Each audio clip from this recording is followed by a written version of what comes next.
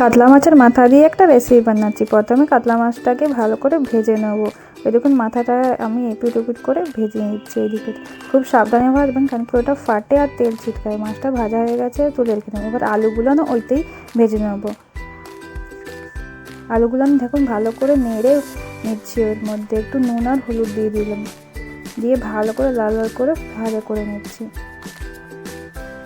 ভাজা হয়ে গেছে, আলুগুলো না তুলে নেব। আলুগুলো তোলা হয়ে গেলে ওই তেলেই একটু গোটা গরম মশলা, এলাচ, দারচিনি, লবঙ্গ, তেজপাতা আর শুকনো লঙ্কা দেবো, ওতে টেস্ট ভালো আসে। এবার পেঁয়াজগুলো দিয়ে দেবো, ওর সাথে আরেকটা কাঁচা লঙ্কা দিয়েছি। আমি সব গোটা গোটা দিয়েছি, আপনারা চাইলে চিড়েও দিতে পারেন, তাহলে ঝাল ঝাল লাগবে।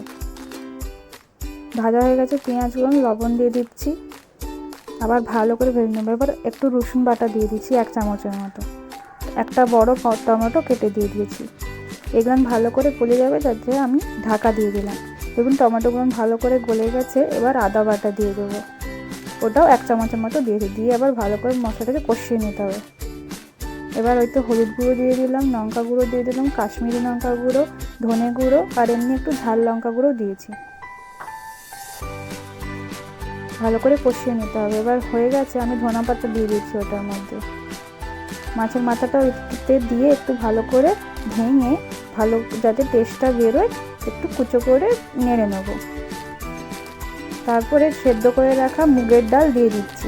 আমি আগে থেকে এটাকে সেদ্ধ করে রেখেছিলাম নুন হলুদ দিয়ে, পরে মতো জলও দিয়ে দিয়েছি। এবার সেদ্ধ করে রাখা আলুগুলো দিয়ে দিচ্ছি।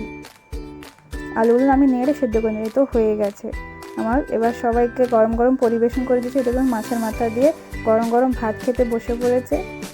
আজকে বাচ্চারা নেই, ওদের স্কুল আছে, তাই এরা স্কুলে গেছে। এরা দু ভাই খেতে বসে পড়ছে।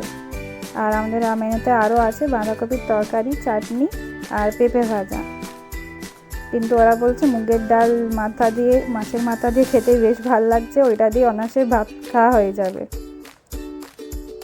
দেখুন সবাই ঘাড় নাড়ছে, বলছে খুব সুন্দর হয়েছে। খেতে খেতে আর কিছু কথা বলা যাবে না, চুপচাপ বসে খেয়ে নিই। এখন সবাইয়ের খাওয়া হয়ে গেছে, প্রায় ঘাড় নেড়ে নেড়ে খাচ্ছে। খুব সুন্দর লেগেছে ওদেরকে। আপনারা এইভাবে রেসিপি ট্রাই করবেন, ভালো লাগবে। আর আমার চ্যানেলকে সাবস্ক্রাইব করে আপনারা সাপোর্ট করবেন, যাতে আমি আরও মোটিভেট হই, আরও নতুন নতুন ভিডিও দেওয়ার জন্য, রেসিপি দেওয়ার জন্য। আমার পাশে থাকবেন। আমার চ্যানেলকে ভাগ্যশ্রী ফার্ম ব্লগসকে সাবস্ক্রাইব করবেন, লাইক করবেন সব ভিডিওগুলোকে। আর আবার দেখা হবে নতুন নতুন ভিডিওর সাথে। আমি আবার আসবো, এইভাবেই আপনাদেরকে এন্টারটেইন করব। ওই দেখো বলেছে আমার একটা আলু লাগবে বলে আবার অন্য পাত থেকে নিয়ে নিল।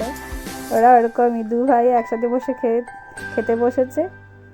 সবাই আমরা শেয়ার করে মিলেমিশে থাকি, খাই, খুব আনন্দ হয়। তাই আপনাদের কাছে একটু তুলে ধরলাম আমাদের পরিবারের আনন্দগুলো। আপনারা পাশে থাকবেন, আমাকে লাইক করে সাপোর্ট দেবেন।